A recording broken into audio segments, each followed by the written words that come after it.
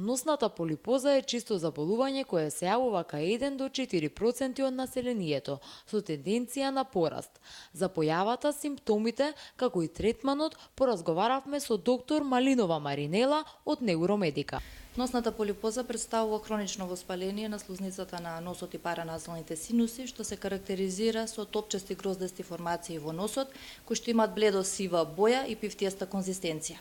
Значи, честотата на појавувањето на ова заболување во светски рамки е 1 до 4% во светската популација. Истиот тренд се прати и кај нас, со тоа што бројките од година во година се зголемуваат, пред се заради тоа што имаме пораст на алергиите и на алергискиот ринит, кои што итекако се битни при појавата на ова заболување. Значи, почесто се јавува кај работоспособното население, млади луѓе и средновечни луѓе, а многу ретко во детската возраст и обично кога ќе се јави кај деца асоцира со други болести, пред се со цистичната фиброза.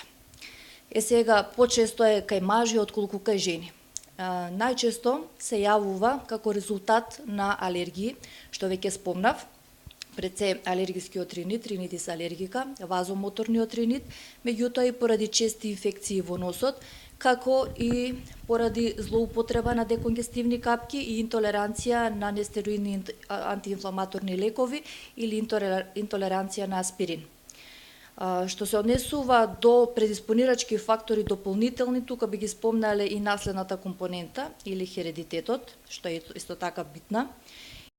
Симптоматологија, значи најчест симптом е отежнато дишење на нос, кој што се јавува кај 100% кај сите што имаат проблем со носна полипоза.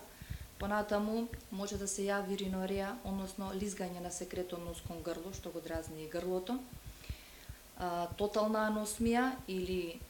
да речеме, воопшто не осеќаат мирис, некои луѓе, кај некој е намален осетот за мирис, што исто така представува голем проблем. Понатаму, кај луѓе кај кои што долго време е присутна носната полипоза, може да се развие еден деформитет, односно проширување во коренот на носот, па така да е приметливо уште пред да се почне со прегледот. Зборувањето преку затнат нос е типично, значи, и кај одредена популација се јавува главоболка, меѓутоа од симптоматологијата тоа е на последно место, бидејќи не се јавува кај сите пациенти кои што имаат проблеми со носна полипоза.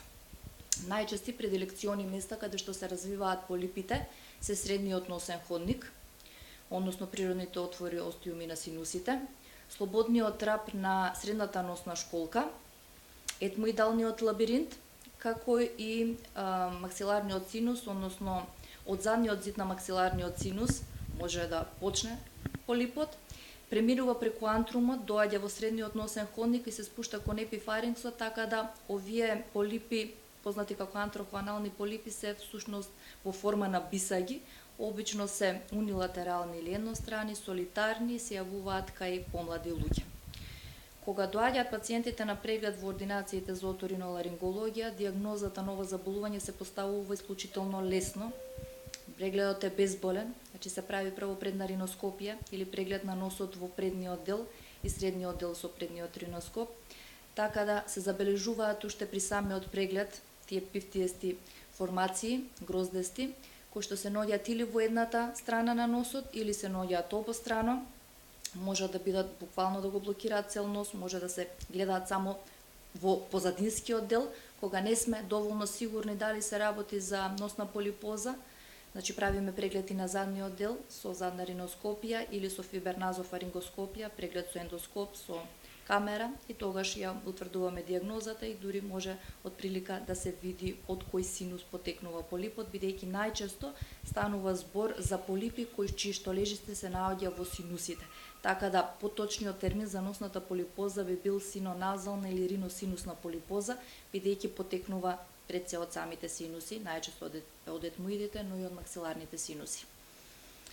Понатаму правиме преглед на грлото, кој што може да биде без орофарингоскопски преглед без никакви проблеми, меѓутоа може да има и одредена црвенилосувост или надразнетост, бидејќи, како што спомнав, луѓето со полипи во носот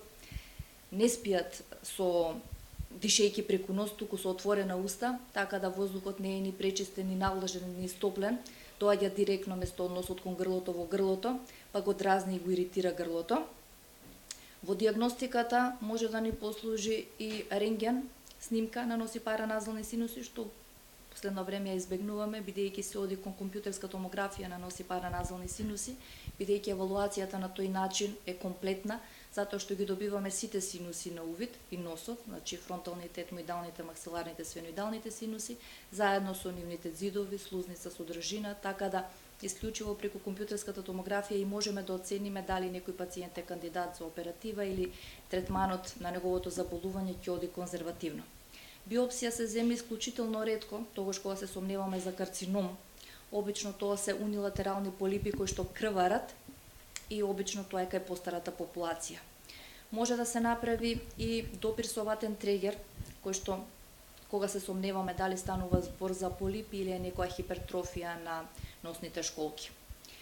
Тоа е во однос на дијагностиката, а диференцијално дијагностички помислуваме на јувенилен ангиофибром понекогаш, на карцином на носот и хипертрофија на носни школки. Во однос на лекувањето, терапијата секако почнува конзервативно, додека добиеме доволно податоци, како што спомнав, додека ако има потреба се реализира компјутерската томографија, се препорачуваат кортикопрепарати дадени периост или локално. Меѓутоа, кога избираме да дадеме преку уста кортико, значи треба да се води сметка, тоа не оди никако кај трудници, не оди кај луѓе со висок притисок, диабетичари или со чир во желудникот. И таа терапија треба да се даде исклучително кратко време, само кога имаме потреба иницијално на вистина брзо да ја подобриме ситуацијата. Инаку како прв избор би бил интраназалниот кортикостероид, кој што е далеку побезбеден, значи може да се дава кај целата популација,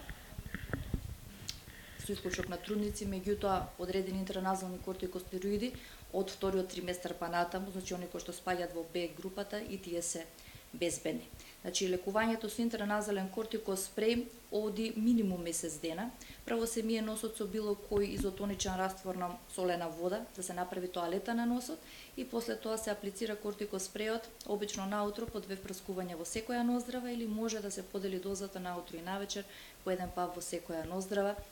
минимум месец дена, ако има потреба, значи во договор со лекарот може да се продолжи подолго време. Ако станува збор за полипоза настаната врз основа на алергија, се даваат и антихистаминици, понекогаш има потреба и од деконгестиви, спреј или капки во нос, меѓутоа тоа е кратко време, 5 до 7 дена оди таа терапија и обично симптомите се подобруваат. Меѓутоа проблемот кој ова заболување што е рецидивантно, значи се враќаат. Така да, ако веќе се одлучуваме за хируршка терапија, пациентот има на располагање неколку техники. Најосновна техника е вадењето на полипите со полипектомија, меѓутоа тоа е од самиот ресекција на слузницата на носот. Имено се прави само отстранување на полипите од носот, а не се чистат лежиштата на полипот во синусите, така да рецидивот е речиси неизбежен, така да оваа метода речиси е застарена и не се употребува. Калдвелик методата се уште се употребува во нашата земја, мада и тоа е застарена метода, се однесува на максиларните синуси, чистење на максиларните синуси се отвараат со рез преку устата, малце е поинвазивна, затоа во поново време се избегнува и онаа опција која што е најприфатлива и за хирурзите, оториноларинголози, а и за самите пациенти е функционалната ендоскопска синусна хирургија или ФЕС хирургијата, која што се работи воопшто ендотрахеална анестезија, со ендоскоп, значи имаме мало оперативно поле, меѓутоа со ендоскопот може добро да се следи, така да и постоперативниот тек е многу подобар за пациентите, после тоа има потреба од многу помалце терапија и многу помалце болнички денови за разлика од класичната хирургија, така да пациентите се позадоволни заради тоа што се влегува преку природните отвори на синусите, а исто така е подобро и за лекарите. Кога завршуваме со делот со хирургијата, секојаш пациентот се враќа на медикаментозен третман. Значи, обично се препорачуваат антибиотици од групата на макролиди за да се спречат инфекциите и уште една доза интраназален кортикоспреј. Може воопшто да нема рецидиви после хирургијата, што е одлично, се смета за голем успех, меѓутоа, ако носната полипоза е алергиска, во голема мера имаме рецидив на заболувањата. Затоа, пред да донесеме одлука дали некој пациент треба да се оперира или не, треба да се направат определени испитувања, па и алерготестови, нели, добро да се размисли околу постапката. Целта инаку на лекувањето секако е да се решат проблемите, значи да се намалат или отстранат полипите, што би го вратило нормалното дишење на носот, што би ја подобрило функцијата на мирис, да се врати комплетно или барем само делумно, да се врати равнотежата на мукоцилиарниот клиренс на носот и синусите и да се спречат рецидиви.